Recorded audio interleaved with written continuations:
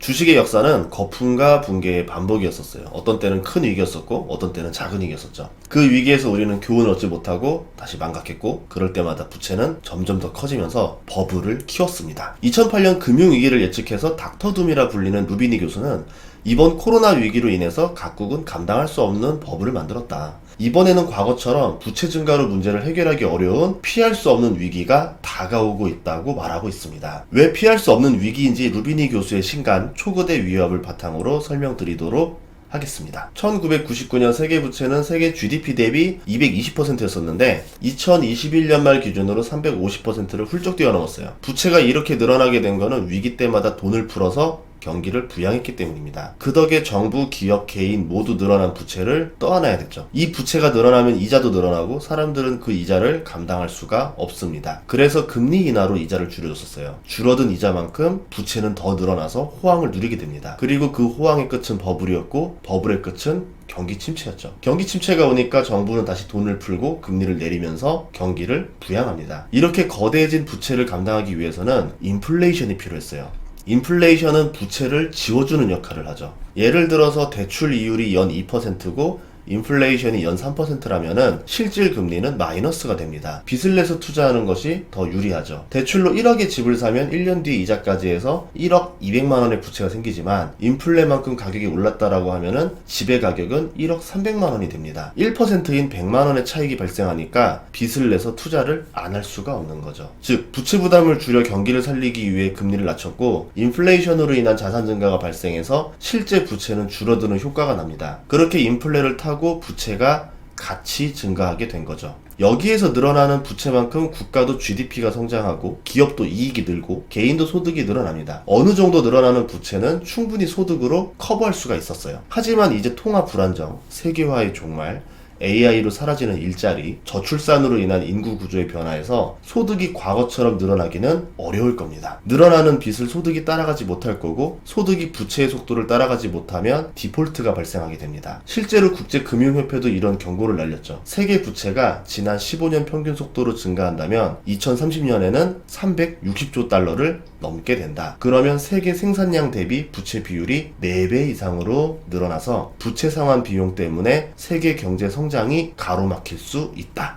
라고 말이죠. 정부의 채무가 건전한 상태라면은 침체기에 부채를 늘리는 전략을 쓸 수가 있지만, 이미 부채가 가득한 상황에서는 위기가 발생해도 정부가 할 수 있는 능력을 상실하게 돼요. 경기 침체를 해결하지 못하면 악순환이 발생하죠. 경제는 역성장의 늪에 빠지는 겁니다. 과거에도 비슷한 사례들이 있었어요. 1980년대에는 남미 국가들이 고유가 호황을 누렸었습니다. 부채로 파티까지 벌였었죠. 그러다가 유가가 하락하면서 잃어버린 10년이라는 오랜 침체를 겪었었고, 1990년대 초반에는 일본의 부동산 붕괴가 벌어지면서 잃어버린 30년을 겪었습니다. 한국도 단기 대출에 달콤하게 빠져 있다가 IMF 위기를 맞이했었고, 2008년에는 미국도 부동산 대출이 터지면서 금융 위기가 왔었죠. 부채를 즐기면서 호황을 맞이했고, 버블이 발생했고, 버블이 터지면서 위기가 오는 역사의 반복이었습니다. 2020년에도 부채를 즐기며 자산 가격이 급등했고, 2021년에는 게임스탑, 비트코인으로 대표되는 버블이 발생했고, 2022년에는 그 대가를 치렀습니다. 우리가 대가를 치렀다고 생각하지만 부채가 줄어든 건 아니에요. 물가가 낮아지면 중앙은행은 금리를 내리고 정부는 다시 한번 부채를 늘려서 경기를 살리고 싶어 하지만, 이번에는 상황이 조금 다릅니다. 러시아 우크라이나 전쟁이 끝나지 않았죠. 지역 분쟁이 다른 지역으로 확산될 가능성도 높습니다. 미중 무역 갈등으로 탈세계화는 생산 비용을 더 올리는 계기가 될 거예요. 그리고 기후변화로 인해서 친환경으로 전환을 하고 있죠. 이 비용도 물가에 포함되고 있습니다. 생각보다 인플레가 잡히지 않으면 금리를 쉽게 내릴 수가 없고, 미국 정부는 금리 상승으로 부채 상환 능력이 떨어지고 재정이 약해지게 됩니다. 이런 상황에서 정부는 서서히 파산할 것인지, 인플레로 부채 부담을 줄일 건지, 채무 불이행을 할 건지, 셋 중에서 선택을 할 수밖에 없는 시간이 다가올 수밖에 없다라는 거죠. 신흥국은 늘어난 부채와 약한 통화,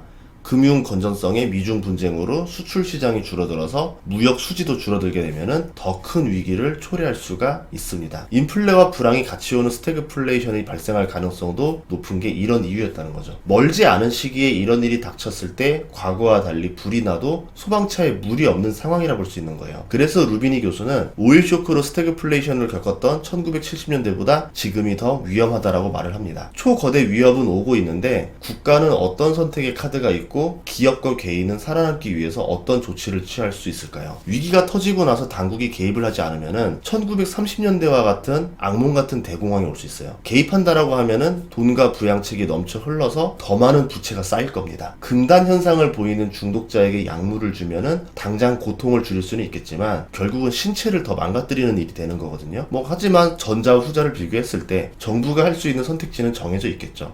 그 행동은 더 큰 부작용을 만들겠지만 이를 해결할 근본적인 묘수도 없다라는 게 문제예요. 이 거대한 스태그플레이션, 초거대 위협이 오기 전까지는 말이죠. 루비니 교수는 초거대 위협 원인 11가지를 제시하고 있습니다. 각각의 사건들은 서로에게 영향을 끼쳐서 더 강한 위협으로 다가올 거예요. 첫째, 급격한 인구 고령화는 노동자를 감소시키고 일자리를 채우기 위해 임금 인상을 해야 됩니다. 은퇴한 노동자는 생산을 하지 않으므로 국가의 생산성이 감소하게 되는 거죠. 두 번째, 이민에 대한 제한은 임금 인플레이션을 가속화할 겁니다. 셋째, 탈세계화는 생산 비용을 증가시키고 기업의 마진을 줄이고 고용을 줄입니다. 경제 성장을 저해시키는 거죠. 네 번째, 리쇼어링은 임금 상승, 생산 비용 상승뿐만 아니라 공급 병목 현상으로 인한 인플레도 야기할 수가 있어요. 다섯 번째, 미중 충돌이 발생해서 만약이라도 대만이 중국에 점령당한다면은 1970년대 석유 파동보다 더한 공급망 충격이 올 수 있습니다. 여섯 번째, 러시아 우크라이나 전쟁처럼 전쟁 또는 지정학적 갈등은 원자재 가격을 급등시켜요. 러시아,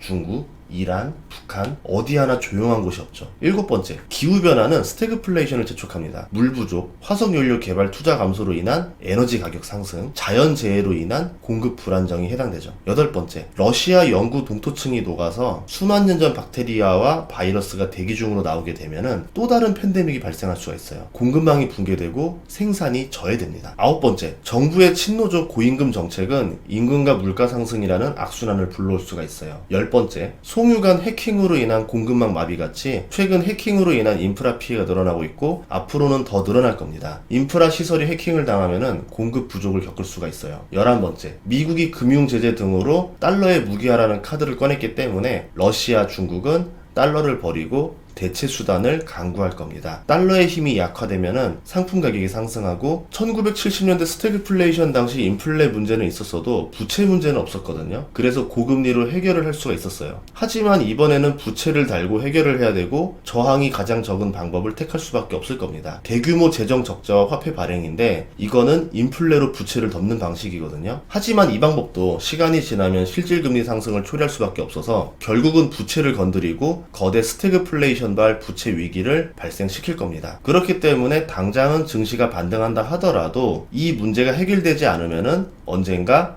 부작용이 올 수밖에 없다라는 것을 알고 투자를 해야 되겠죠. 루비니 교수가 쓴 초거대 위협이라는 책은 피할 수 없는 스태그플레이션과 그로 인한 부채 위기가 발생하는 이유를 근거를 들어서 설명을 했고 미래에 닥쳐올 재앙에 대해서도 예고하고 있습니다. 그리고 이 위기를 타개할 수 있는 희망도 담고 있어요. 경기가 연착륙할지 경착륙할지 예측할 수 없는 장에서는 위아래를 모두 보고 판단해야 됩니다. 한쪽만 치우치지 말고 균형 있는 시선을 가지기 위해서는 저는 이 책을 꼭 읽어보셨으면 좋겠어요. 다음 시간에도 좋은 정보로 찾아뵙겠습니다. 구독과 좋아요, 알림 설정 부탁드릴게요. 고맙습니다.